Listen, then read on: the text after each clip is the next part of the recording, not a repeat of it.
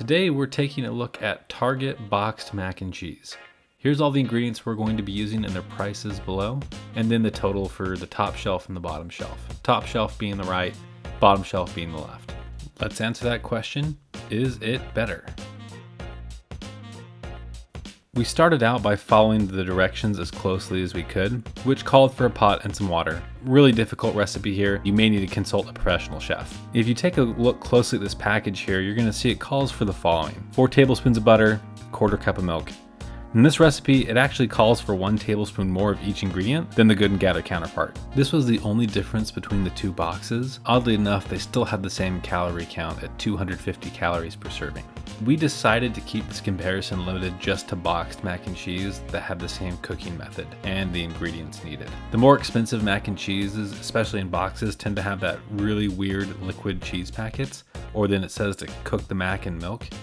And to make sure this comparison was fair, we made sure they had the same ingredients and the same cooking method. Watching water boil really isn't entertaining, so we're just gonna skip right over that. I'm a firm believer that noodles have to be tasted to make sure they're cooked perfectly. We can watch as I struggle here for a second to get a single noodle, get my jazz hands going so I don't burn myself, and drop it straight on the counter. After recovering my errant noodle, I tasted it and it was perfectly al dente at 7 minutes, just like the box told me it would be. I guess they really do know what's going on and they have the experience to tell me what to do. So I pulled the noodles off and strained them, and you can see them coming back into the pot here.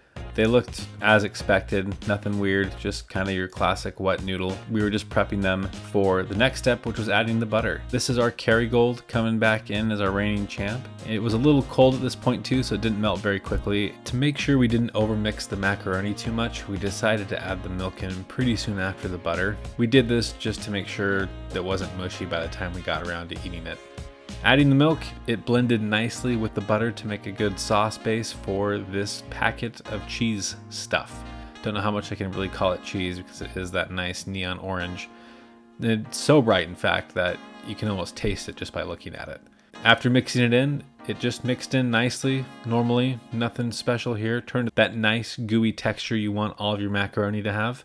Scooping it up, it's spooned up really nicely. And as you can see here, just that good classic macaroni and cheese look that you always want. Now to take a swing at our bottom shelf ingredients. It starts off with a box of Market Pantry mac and cheese from Target. I did a little research to see why Market Pantry was still some of their store brand stuff and not everything was converted to Good & Gather. And it looks like they're slowly switching things over, though some things may remain as Market Pantry, just depending item to item.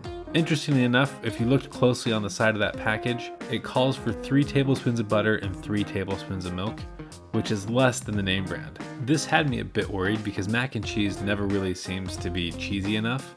It always seems to be a little dry and a little clumpy, so I can't imagine that taking a tablespoon of butter and milk out of it really is going to improve it that much. No jazz hands were needed this time, but I ended up having 1 noodle stick to the pot.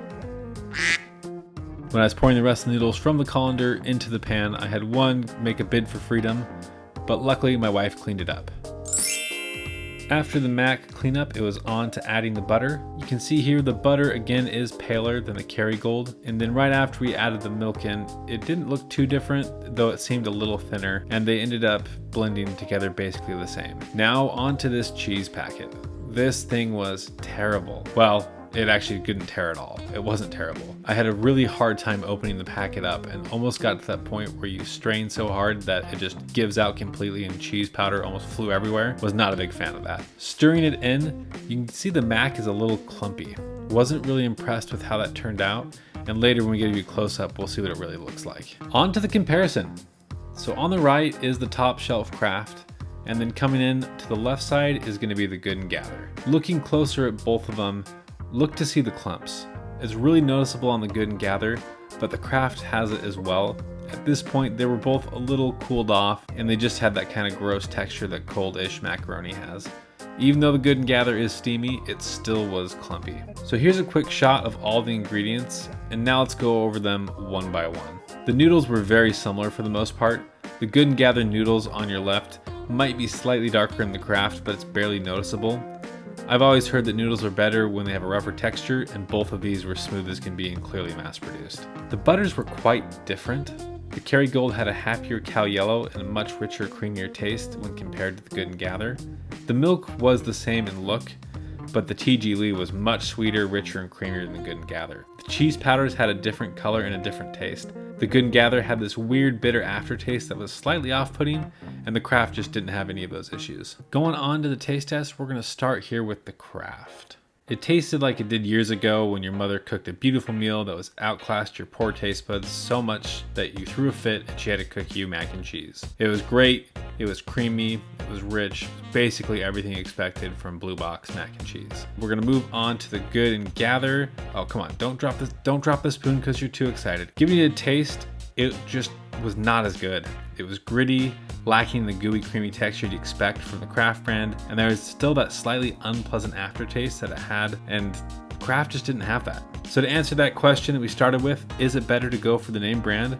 I would say wholeheartedly yes. Every aspect of the more expensive ingredients tasted markedly better than the store brand. Both of the Macs really needed more butter or milk, but the bottom shelf just set itself up for failure by having the instructions say put less in it. So you might be able to save it by adding more, but when the boxes are the same price, I just don't see any reason to even start with the Good and Gather. So if I'm gonna pay the same price for mac and cheese, I'm going for the better tasting cheese packet every time. If you like this, let us know by liking the video and subscribing to the channel. Tell us in the comments what we should try next, and we'll get it in the lineup.